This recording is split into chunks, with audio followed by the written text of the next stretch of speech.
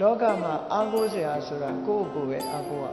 ကိုယ့်ကိုယ်အားကိုးတယ်ဆိုတာဘာလဲကိုယ်စိတ်ဓာတ်ကိုပြော့ညံ့ပြီးတော့မသွားအောင်သီလနဲ့ပံ့ပိုးမယ်တမာတိနဲ့ပံ့ပိုးမယ်ပညာနဲ့ပြောင်းပံ့ပိုးမယ်ကိုယ်ချင်းတရားကောင်းတယ်စိတ်ဓာတ်တည်ငြိမ်မှုရှိတယ်အသိပညာတွေထက်မြက်တယ်ဆိုလို့ရှိရင်အဲ့ဒီပုဂ္ဂိုလ်ဟာညီမျှတော့လောကရန်တွေနဲ့ကြုံအဆိုးလောကရန်နဲ့ညီမျှပဲကြုံအကောင်းလောကရန်နဲ့ညီမျှပဲကြုံလောကသဘာဝကြီးကို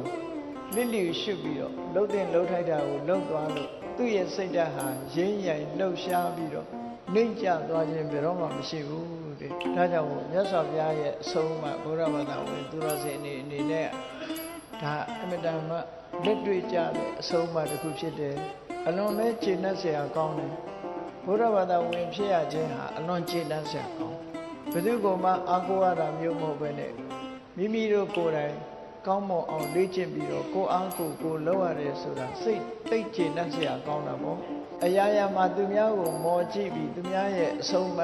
အဆုံးဖြတ်ခံနေရတယ်ဘလောက်ဒုက္ခရောက်တယ်လဲဆိုတော့စဉ်းစားကြည့်လေကိုမဆုံးဖြတ်နိုင်ဘူးလို့ဆိုကြတဲ့ကသူများမျက်နှာကြည့်နေရတဲ့အနေအထားမျိုးသူများအလိုလိုက်နေရတဲ့ဒုက္ခ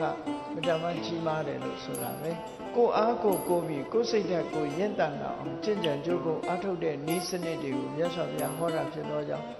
ဘုန်းကြီးတို့တွေဒီစနစ်အတိုင်း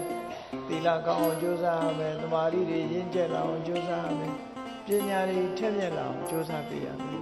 အဲ့ဒါလို့ကြိုးစားပေးမှလောကကြီးထဲမှာအောင်မြင်မှုဆိုတဲ့တရဖူကိုဆောင်းနိုင်ကြမှာဖြစ်တယ်ပေါ့ဒီဘဝမှာအောင်မြင်မှုရတယ်လို့နောက်ဘဝတွေမှာလည်းပဲအောင်မြင်မှုကိုရနိုင်တယ်လို့ဒီလိုဆိုတာ